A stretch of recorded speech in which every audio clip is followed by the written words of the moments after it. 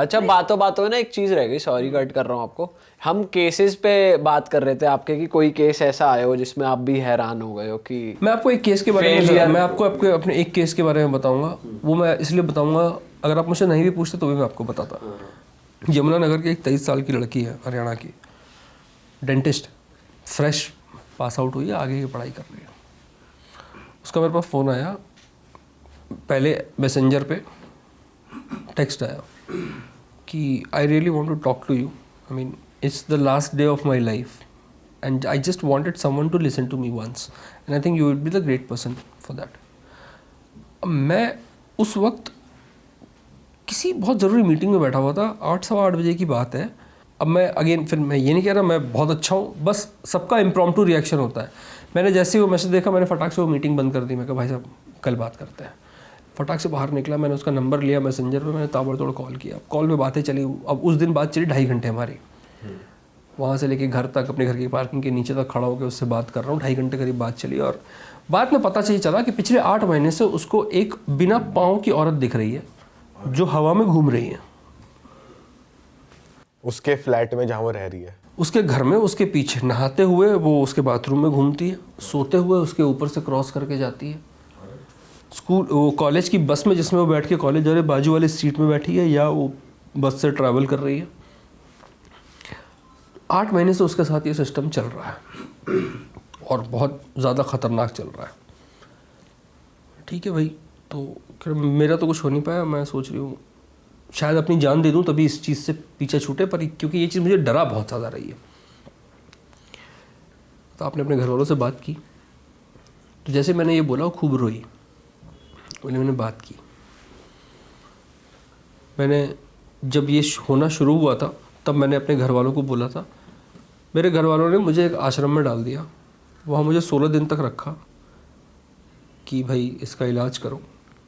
और चौथे दिन के बाद से रात में वहाँ का सेवक रूम में आता था और मेरे साथ ज़ोर ज़बरदस्ती करने की कोशिश करता था।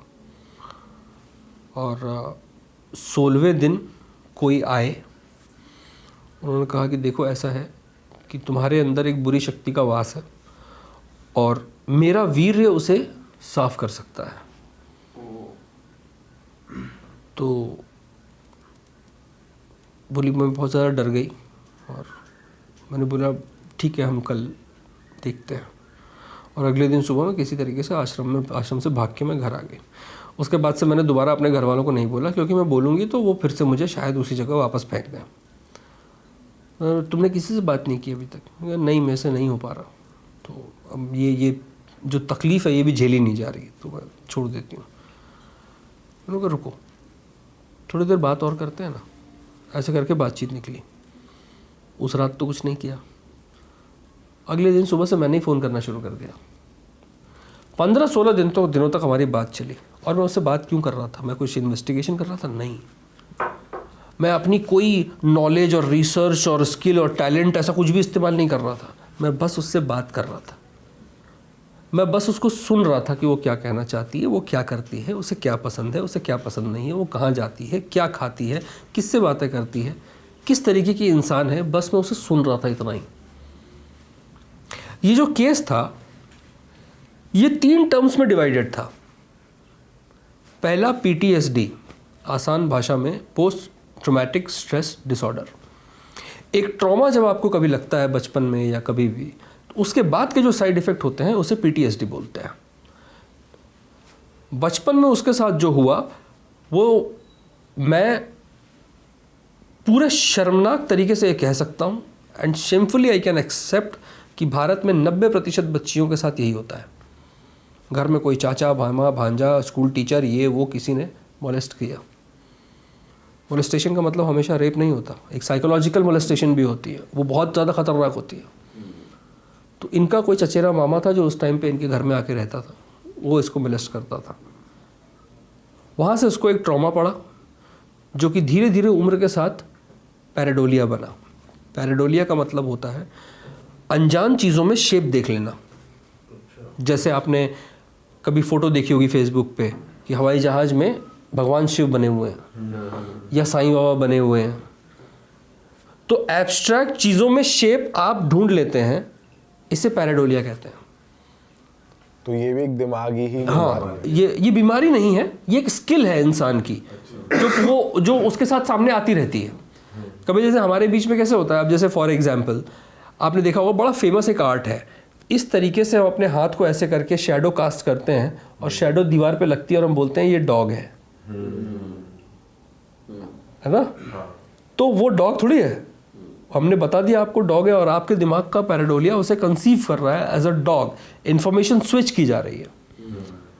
तो पैराडोलिया सेकंड स्टेज, और थर्ड स्टेज में आ जाता है पैराकॉज्म।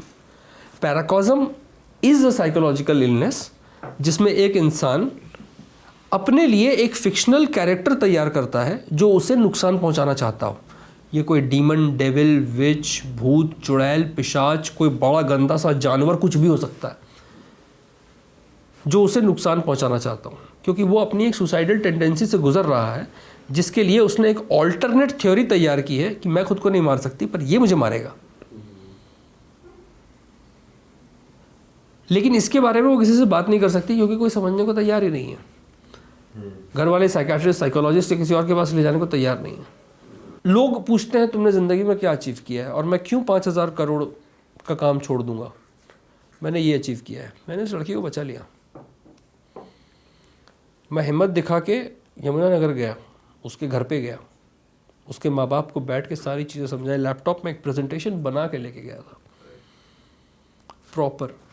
शुरुआत में तो 15-20 मिनट के बाद बातचीत के बाद उसके पिताजी ने मुझसे ये सब नहीं सुनना मुझे। फिर मैंने उनको 10 मिनट तक कन्विंस किया, फिर ऐसे ही चाय पे चाय चलती रही और 2.5 घंटे तक वो मेरी बात को सुनते और समझते रहे। करीब 9 से 10 महीने तक उस लड़की का अलग जगह इलाज किया, वो बिल्कुल ठीक है, अभी एकदम मस्त है। इनफैक्ट उसे शायद इसी फरवरी में उसकी शादी भी है। अरे वाह भाई, क्रेजी यार, रिस्पेक्ट भाई। तो ये कमाया मैंने, और ये जब लेके मरूंगा ना बहुत सुकून से मरूंगा।